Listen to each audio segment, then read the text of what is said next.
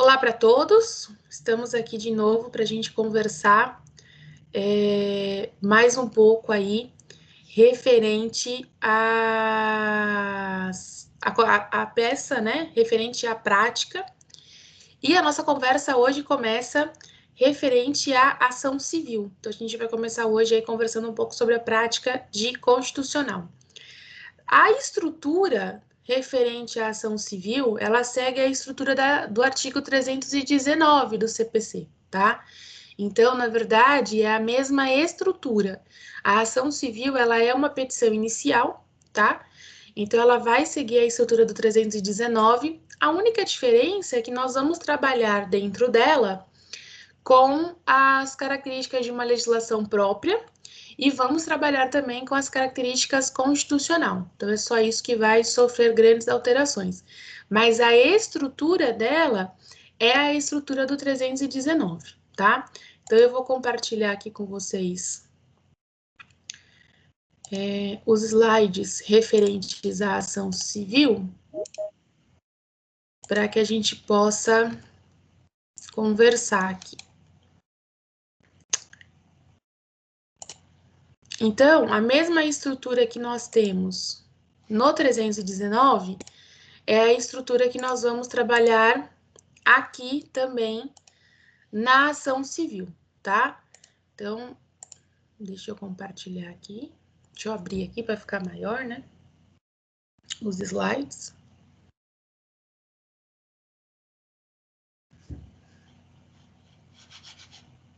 Pronto. Então, vamos lá.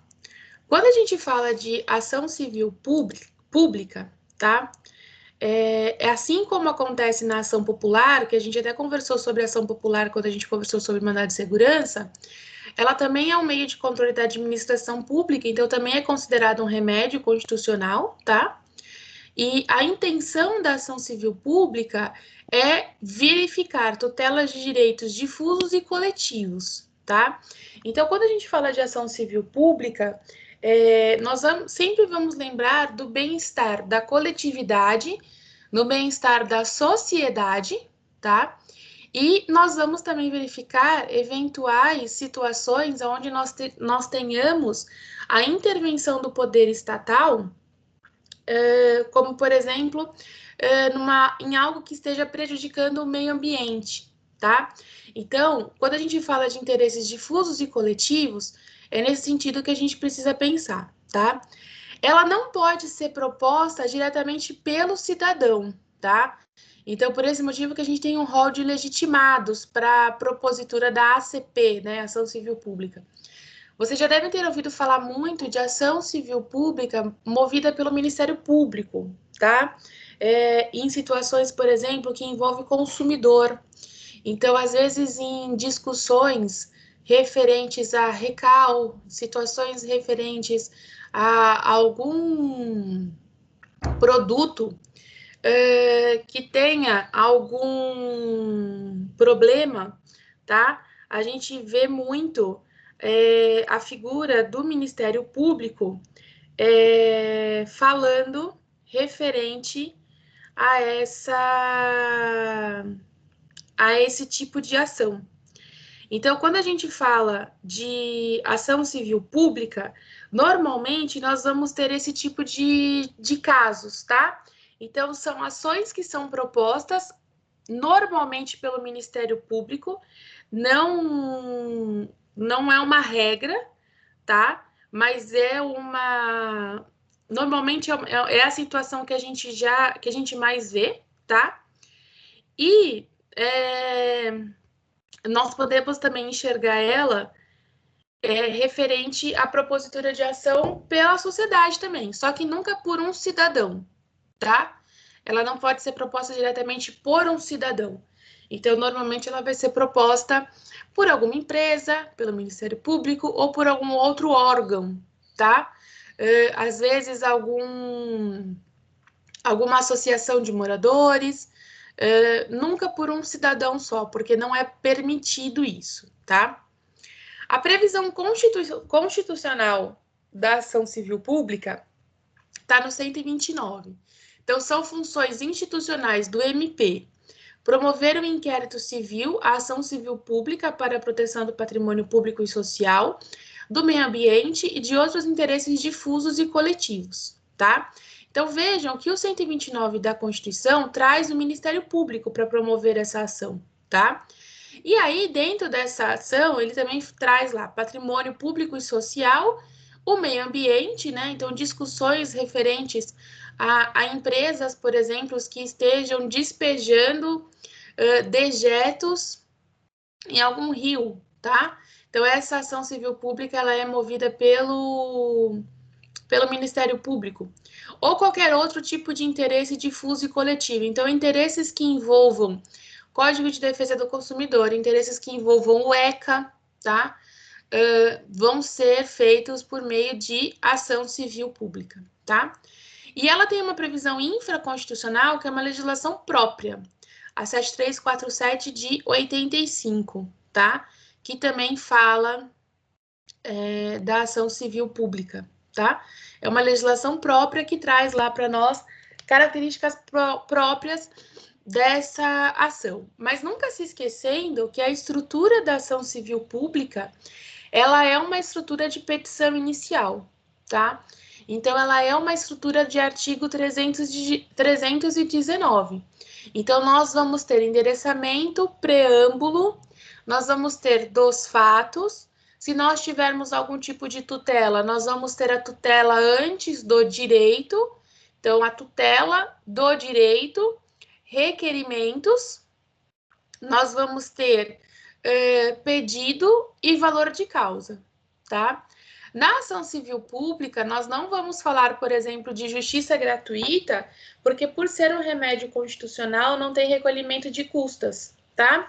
E nós também não vamos falar de audiência de conciliação. Mas a estrutura básica do 319, ela vai ser utilizada, tá? Então, a estrutura básica dele, preâmbulo, endereçamento, preâmbulo, tá? Dos fatos, do direito, requerimento, pedido, provas e valor de causa. E se tiver tutela, essa tutela, ela entra lá no aspecto entre os fatos e o direito, tá? Então, a estrutura da ação civil pública, ela segue exatamente uma estrutura de 319, tá? Do CPC. O objeto dessa ação. O objeto dessa ação está no artigo 1º da legislação dela, 7347 de 85, tá? Qual que é o objeto dela? Atos lesivos que causem danos morais ou patrimoniais ao meio ambiente, ao consumidor, né, o exemplo que eu dei agora há pouco, a bens e direitos de valor artístico, estético, histórico e turístico, a ordem urbanística, a honra e a dignidade de grupos raciais, étnicos ou religiosos, ao patrimônio público e social, ou qualquer outro interesse difuso e coletivo, tá? Então, quando a gente fala de ação civil pública, nós estamos falando sempre de situações que venham a causar um dano moral ou um dano patrimonial, tá? E esse dano pode ser tanto para a sociedade, como esse dano pode ser a um grupo em específico, tá? Então, vamos trabalhar com um exemplo. Nós temos um prédio, por exemplo, o prédio do Tribunal de Justiça. O prédio do Tribunal de Justiça, ele é tombado, então ele não pode sofrer nenhum tipo de modificação. Aí vamos pensar que algum órgão público resolve mudar na estética do prédio do TJ, tá? Isso não pode acontecer, porque o prédio do TJ, ele é reconhecido justamente pela sua estética, tá? Ele é reconhecido justamente pelas questões arquitetônicas dele.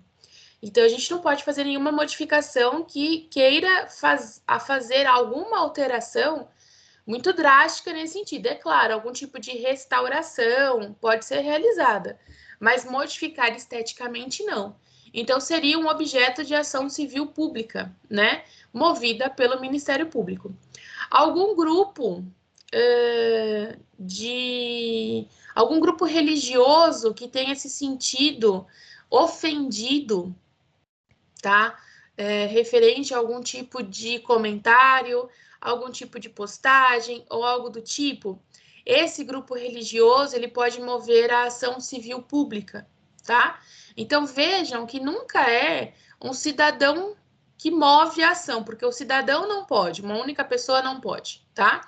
Ou vai ser movido pelo Ministério Público, então ou esse cidadão leva a sua reclamação perante o Ministério Público e o Ministério Público move a ação civil pública, tá? Ou são grupos que são autores dessa ação. As pretensões que envolvem tributos, tá? Como contribuições previdenciárias, FGTS ou qualquer outro tipo de benefício, também pode ser movida por meio de ação civil pública, tá? Então, agora nós temos discutido muito a questão do retorno das perícias, por exemplo, tá? E isso pode ser discutido por meio de ação civil pública, porque a ação civil pública também discute questões previdenciárias, tá? Qual que é a finalidade dessa ação? É uma responsabilização por danos morais e patrimoniais que pode ser através de condenação em dinheiro ou uma obrigação de fazer ou não fazer. Dessa forma, o seu pedido da ação civil pública sempre vai ser na situação de condenação, tá? Então, você sempre vai pedir a condenação ou a condenação numa restituição em dinheiro ou uma condenação em uma questão obrigacional. Porque quando a gente pede para que alguém faça algo, a gente pede para que ele seja condenado, tá? Então, se eu preciso, por exemplo, pedir para que não mexam na estética do Tribunal de Justiça, então eu vou pedir para que aquele órgão seja condenado a não fazer a reforma que vai mexer na estética do prédio do Tribunal de Justiça, tá? Ou se eu tenho uma ação civil onde a gente discute alguma questão de consumidor, algum tipo de recal, por exemplo, ou recall, eu preciso, então, pedir para que aquela empresa faça o recall. Então, obrigação de fazer com relação ao recall, tá? A legitimidade para essa ação, tá? A legitimidade ativa e a legitimidade passiva. A legitimidade ativa está prevista no artigo 5º da ação da civil pública. Quem é legitimado? O Ministério Público, a Defensoria Pública, a União, o Estado, o Distrito Federal e os municípios, autarquia, empresa pública, fundação ou sociedade de economia mista, associação, tá? Então vejam que a gente não tem aqui pessoa física, tá?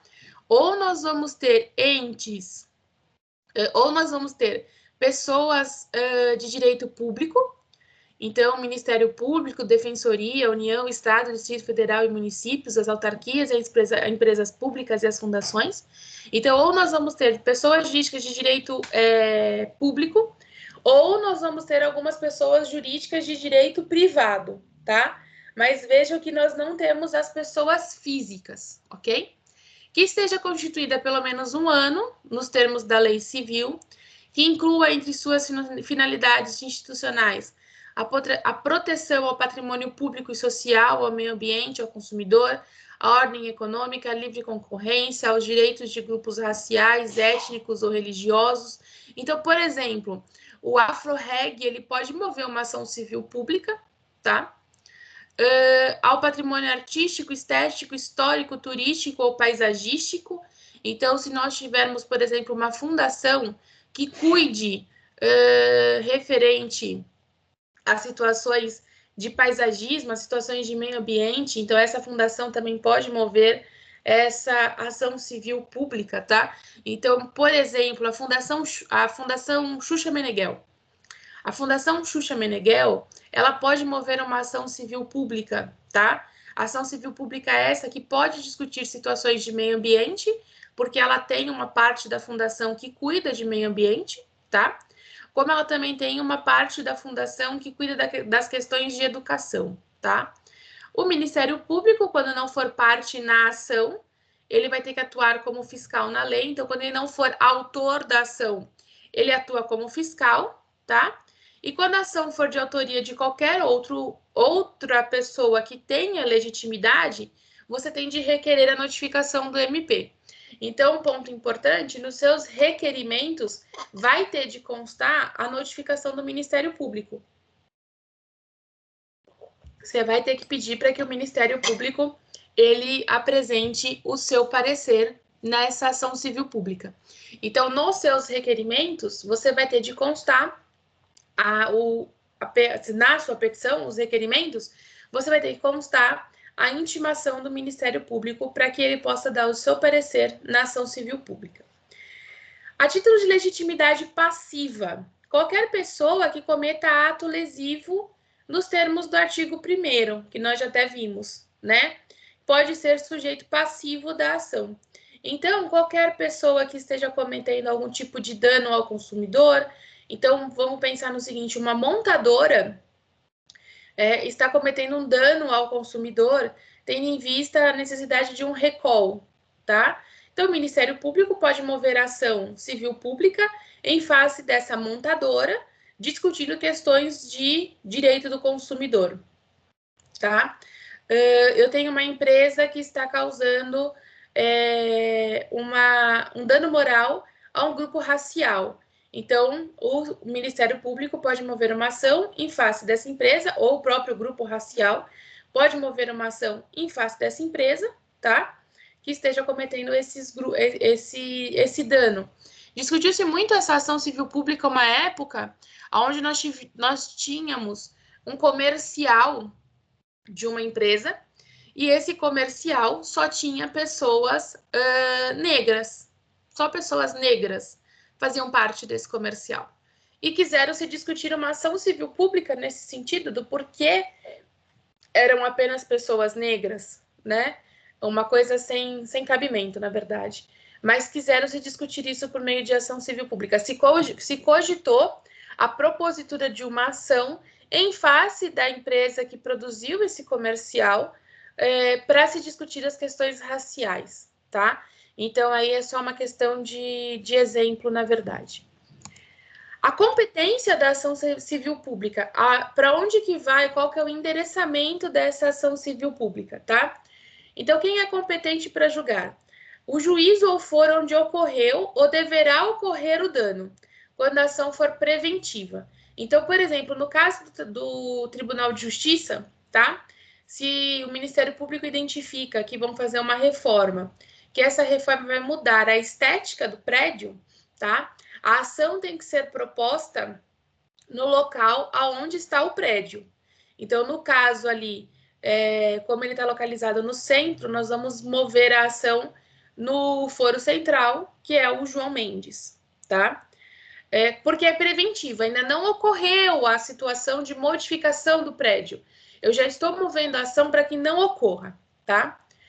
E o artigo 2º determina que a ação será proposta no foro do local onde ocorrer o dano, cujo juízo terá competência funcional para processar e julgar a causa, não tem foro privilegiado, tá? Assim como na ação popular, e deverá ser proposta no juízo de primeira instância.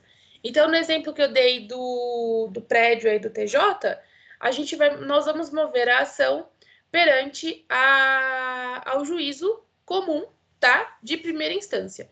Então, nós também não vamos ter aí grandes discussões referente a essas características de competência, tá? É uma competência absoluta, não pode ser modificada por vontade das partes, tá?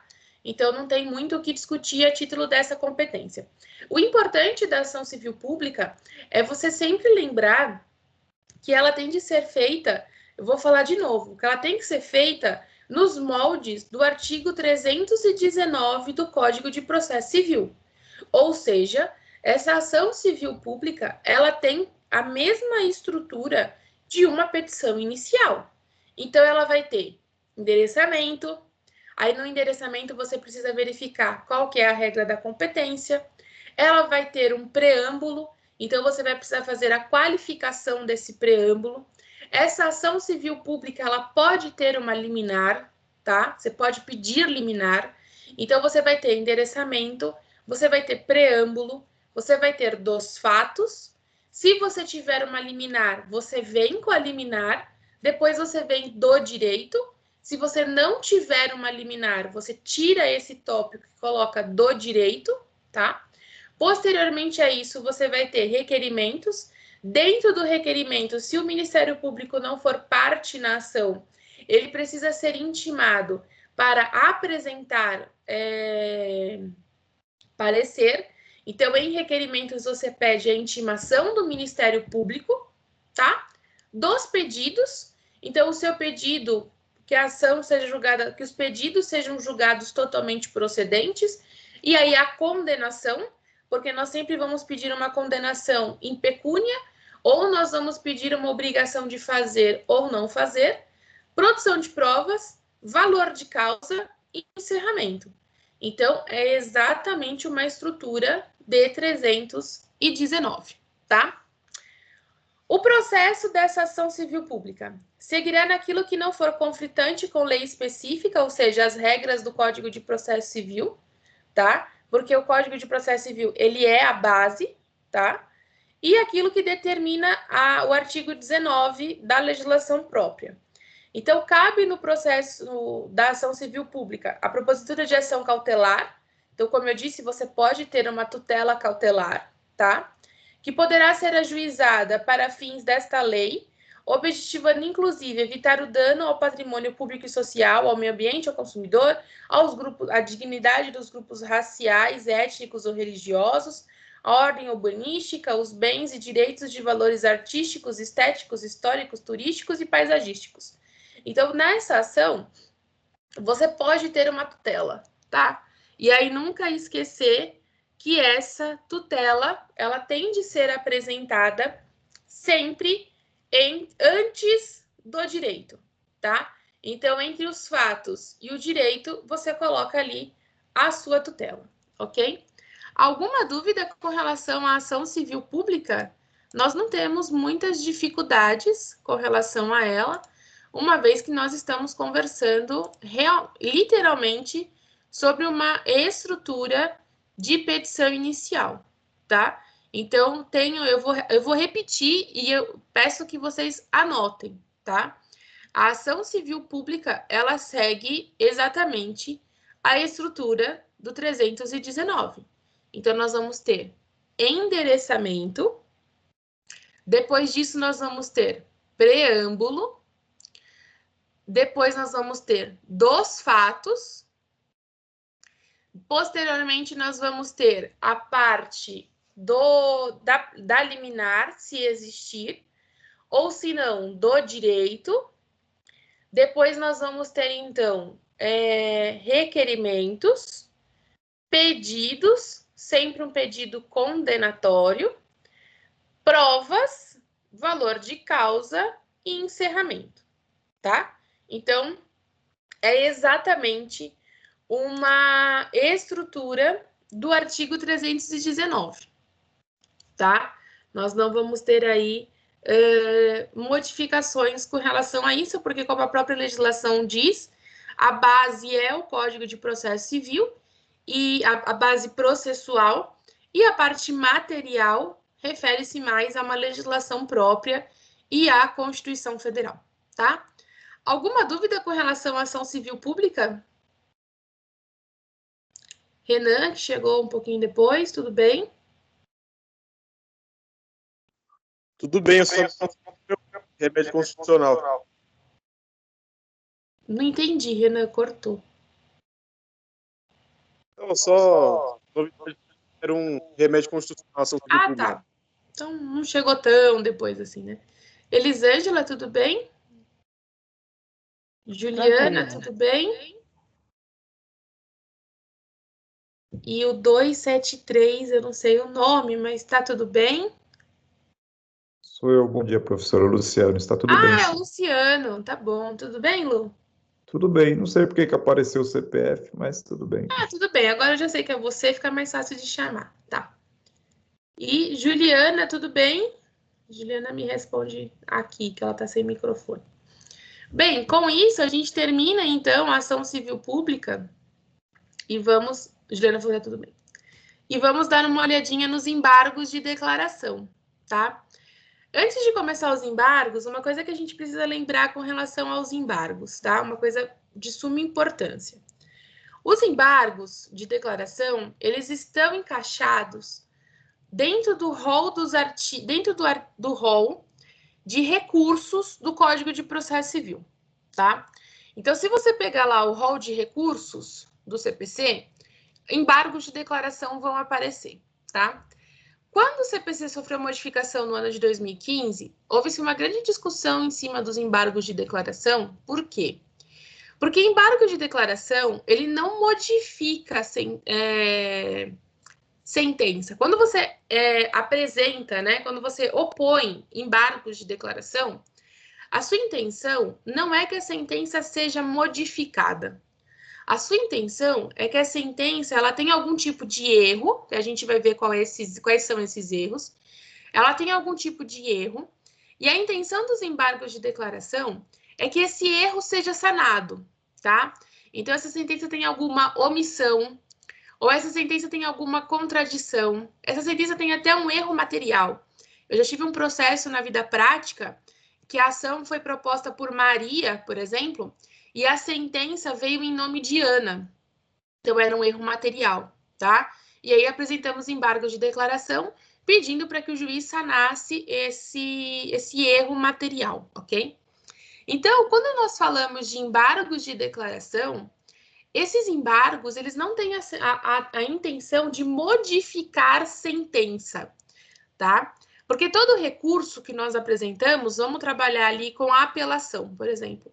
A intenção da apelação é que a sentença sofra algum tipo de reforma, ou que a sentença seja anulada por instância superior. Os embargos de declaração, não. A intenção dos embargos de declaração é que essa sentença ela seja corrigida.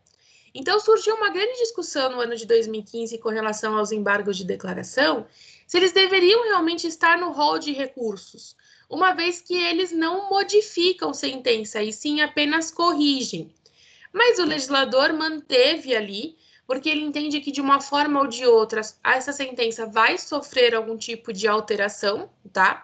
E uma coisa que é importante, nós vamos ter a sentença do processo e nós temos a sentença dos embargos, tá? E o nosso prazo recursal para uma eventual apelação, esse prazo vai contar da sentença dos embargos, tá? É um ponto importante da gente levar em consideração, ok? Então, ele está dentro do rol dos recursos, mas a intenção não é modificar a sentença, e sim apenas exercer algum tipo de correção nessa sentença, tá? Então, vamos dar uma olhadinha aqui nas regras desse embargos de declaração. Então, quando a gente fala de embargos de declaração, qual que é o cabimento dele, tá? Nós apresentamos embargos de declaração para modificar a decisão, mas não para modificar, perdão. Deixa eu até grifar aqui. Os embargos de declaração, então, eles são apresentados não para fazer algum tipo de modificação. Ele não vai apresentar para modificar, tá? A gente apresenta embargos para integrá-la. Então, como eu acabei de dizer, a sentença dos embargos de declaração, ela não é feita para modificar a sentença. Ela é feita para integrar essa sentença. Por quê? Porque os embargos de declaração, eles são apresentados apenas para sanar vícios de obscuridade, contradição ou omissão, ou até um erro material, tá? Então, é por esse motivo que nós apresentamos embargos de declaração. O 1022 do CPC, ele traz lá o rol referente para que cabe os embargos, né? Então, cabe contra qualquer decisão judicial, então, contra qualquer decisão, exceto despacho, toma cuidado, porque despacho não é decisão judicial, despacho é mero pedido de andamento processual, Então, de despacho não cabe embargos de declaração, porém, de decisão interlocutória e de sentença, cabe embargos de declaração, tá? Então, ele vai ser feito para sanar obscuridade ou contradição, suprir alguma omissão, erro material, tá? E não são apreciados por um órgão diferente. Ou seja, os embargos, o endereçamento dos embargos é justamente para quem proferiu a decisão, tá? Então, vamos lá. Se essa decisão ela foi prolatada pelo juízo de primeiro grau, pela Vara Civil de São Caetano, tá? Esses embargos vão ser, então, apresentados perante a vara que teve lá uma decisão que necessita de embargos, tá? Então, os embargos, eles não são apresentados para instância superior. Os embargos, eles são apresentados para quem proferiu a decisão, tá? Então, se a decisão foi feita pelo juízo de primeira instância, então, se eu tenho uma sentença, nós vamos apresentar embargos. De acórdão, também pode ser apresentado embargos, tá? Então, uma coisa que é importante a gente levar em consideração é isso, ok? Que os embargos não são, vamos colocar aqui de outra cor, eles não são apreciados por um órgão diferente. Então, nós não vamos ter, por exemplo, nos embargos, a característica de petição de interposição e petição de razões, tá? Vocês vão ver que a petição dos embargos é uma petição extremamente simples, tá? Então, de acórdão, cabe embargos? Cabe embargos. Aonde que esse embargos vai ser apresentado? Para quem proferiu o acórdão. De sentença, cabe embargos? Cabe embargos. Quem vai apreciar os embargos? O juiz que proferiu a sentença. E assim sucessivamente, tá? A admissibilidade com relação a esses embargos. Eles podem ser opostos por qualquer uma das partes.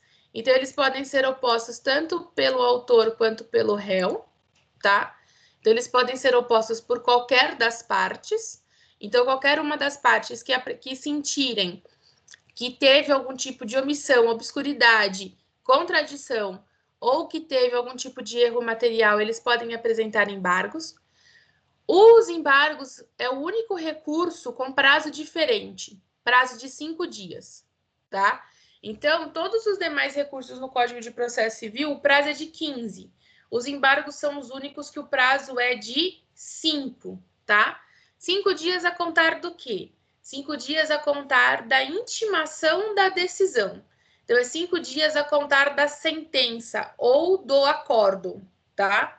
Então, se você foi intimado, por exemplo, hoje, de uma sentença que tem de apresentar embargos de declaração, primeiro dia útil subsequente é amanhã, 5 dias úteis, tá? Então, os embargos são os únicos que têm prazo diferente. Os embargos, se eles forem protelatórios ou se eles forem considerados de má-fé, tem aplicação de multa de 2 até 10% do valor da causa atualizado, tá? Então, é importante que a gente verifique se realmente é uma situação de embargos ou se esses embargos são meramente protelatórios, tá?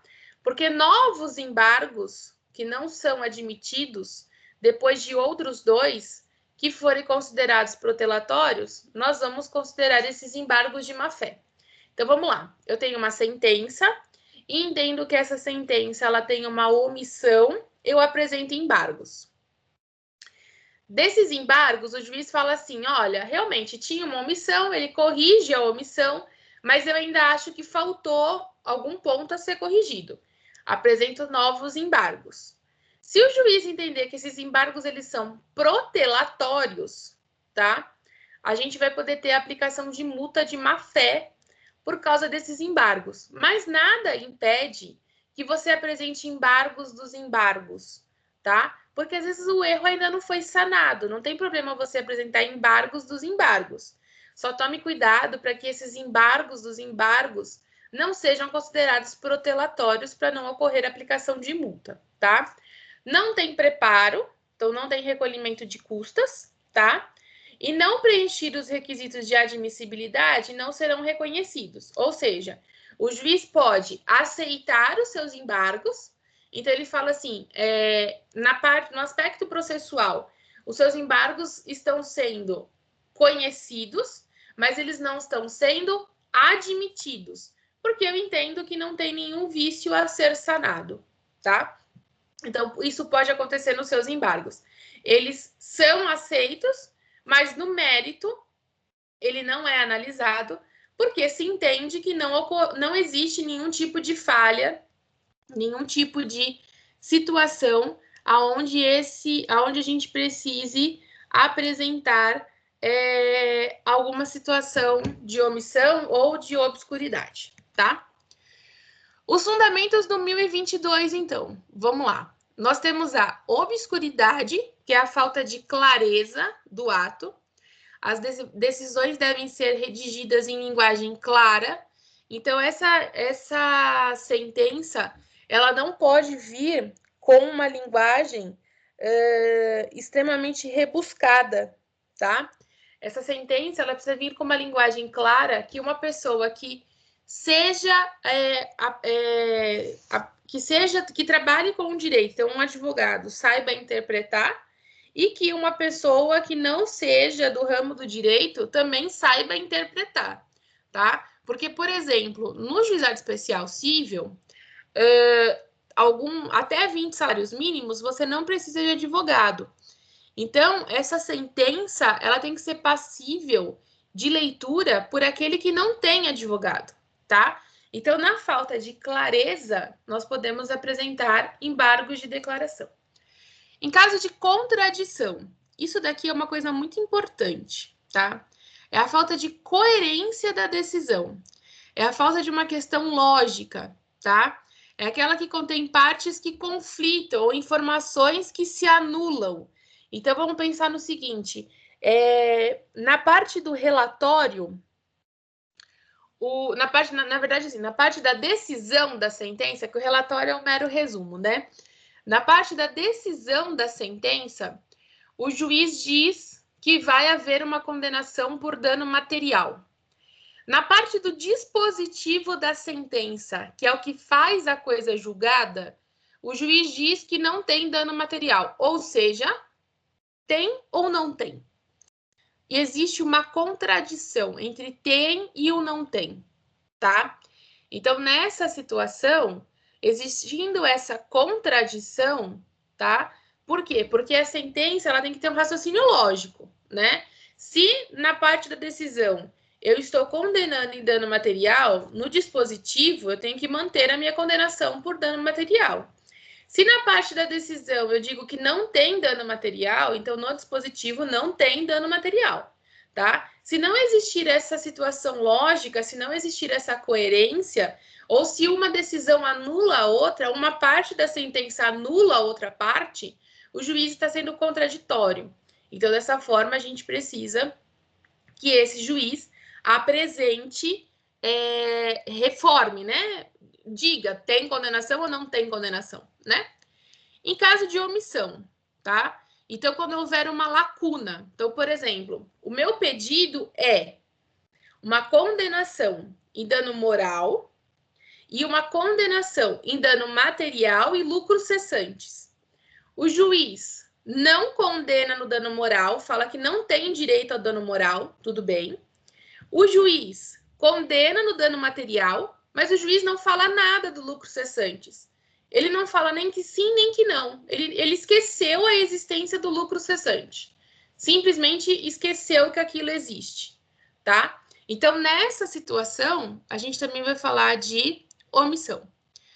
Ou na existência de um erro material, tá? O erro material é o erro de digitação mesmo, tá? A gente pode ter omissão também quando a gente pede algum tipo de aplicação de multa e o juiz não fala nada da multa, tá? A gente pede para que a parte contrária seja condenada em multa, tá? Mas o juiz não fala qual que é a multa que vai ser condenada. Ou na sentença o juiz fala, Porque a parte contrária tem tantos dias para fazer algo sob pena de multa. Mas o juiz não fala qual que é a multa. A multa é o quê? R$100 por dia? É uma porcentagem do valor da causa? Ele não diz isso, tá? Tudo bem com os fundamentos, Renan?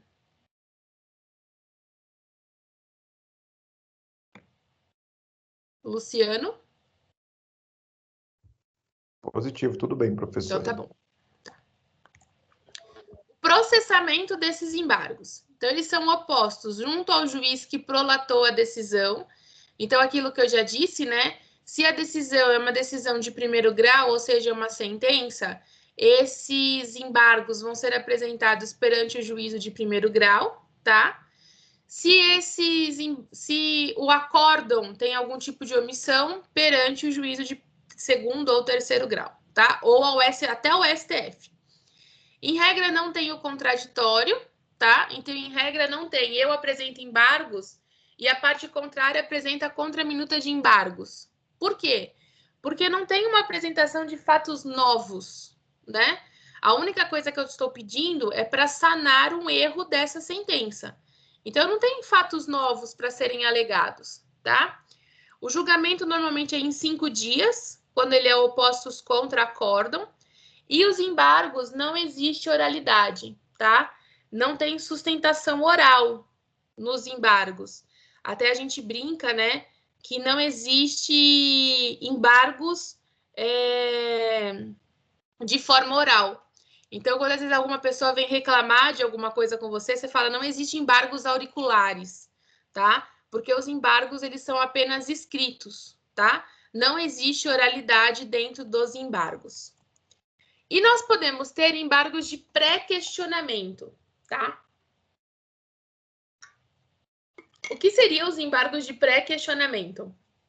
Os embargos de pré-questionamento, eles são apresentados desde o primeiro embargo, normalmente é o embargo de declaração, e aí você pode apresentar um novo embargo para pré-questionar algum tipo de matéria que não tenha sido ventilada na decisão. Os embargos de pré-questionamento, eles são requeridos, eles são obrigatórios para que você possa posteriormente apresentar recurso especial ou recurso extraordinário.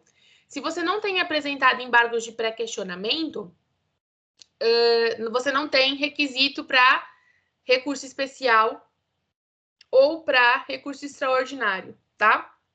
Então, os embargos de pré-questionamento normalmente é para algum tipo de omissão quanto à matéria que está sendo discutida, tá? O requerimento tem que ser expresso, então você tem que colocar que é embargos de pré-questionamento e são matérias de ordem pública. Porém, a estrutura dos embargos declaratórios é a mesma dos embargos de pré-questionamento. A única diferença é que, em vez de você colocar embargos de declaração, você vai colocar embargos de declaração de pré-questionamento. Só isso. Mas a estrutura é exatamente a mesma, tá? Então, vamos dar uma olhadinha aqui numa estrutura de embargos, tá? Como que funcionaria, como que é essa estrutura. Então, vamos lá. Aqui foi apresentado embargos perante ao Tribunal de Justiça. Então, são embargos de um acórdão, tá? Então, como eu disse, você pode apresentar embargos tanto de sentença quanto de acórdão. Se você for apresentar embargos de uma sentença, excelentíssimo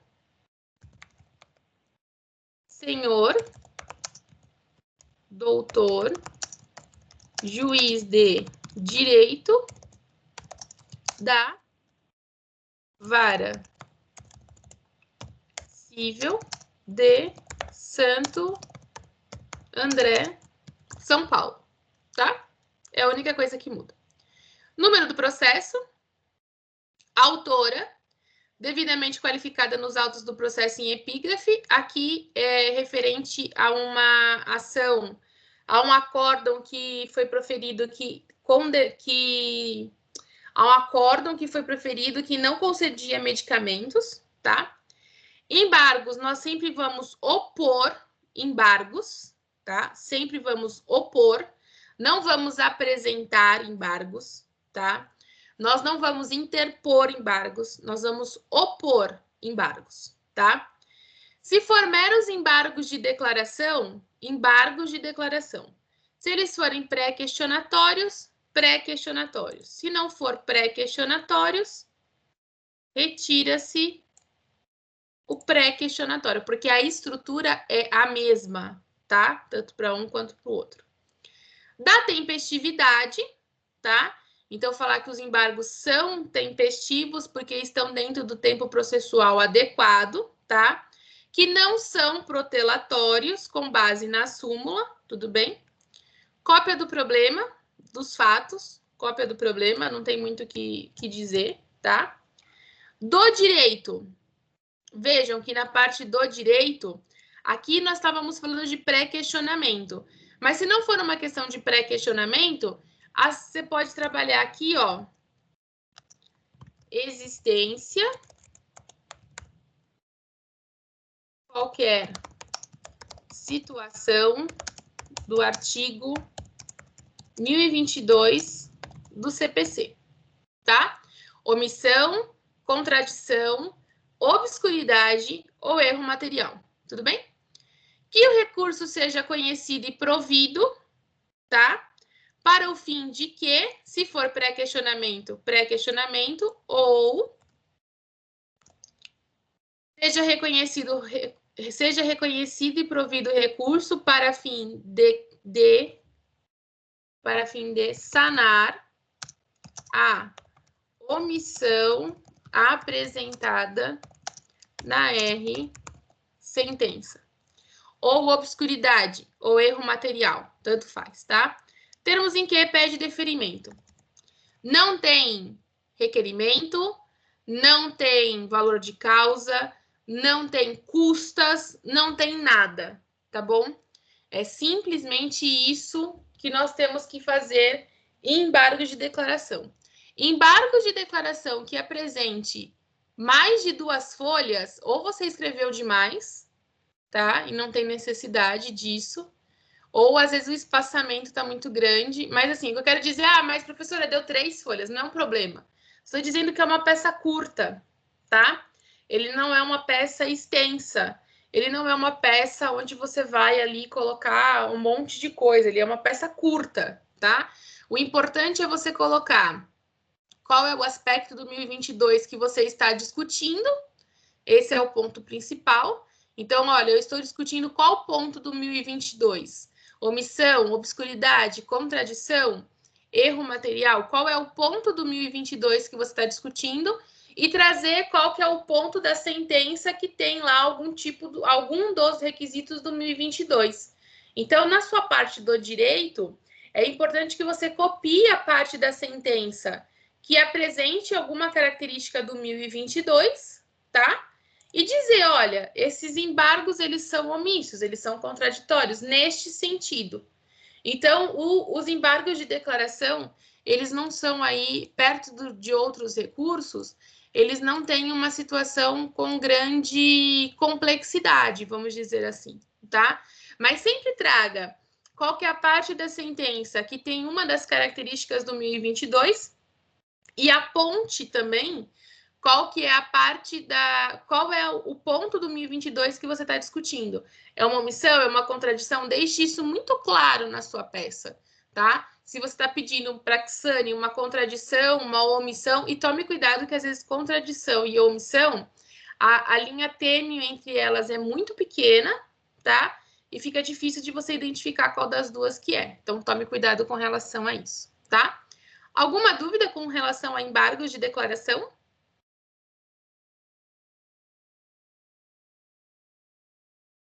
Por enquanto, não. Não? Então tá bom. Então, são as 2 próximas peças que precisam ser confeccionadas, tá? Desejo um bom descanso a todos, boa confecção de peças para vocês e a gente se encontra na próxima aula. Até lá. Até lá.